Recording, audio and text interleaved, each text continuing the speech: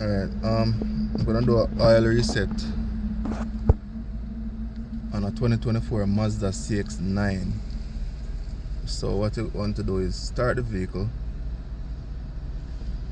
Simple. Go to the center console, locate this button,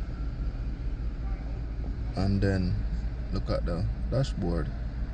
Information center.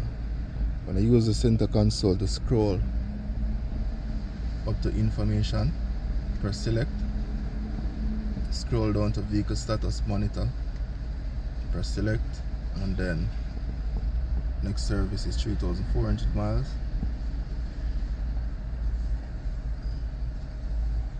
The maintenance settings, then I scroll to reset oil change distance, confirm, then oil change distance is reset. Alright, that's it.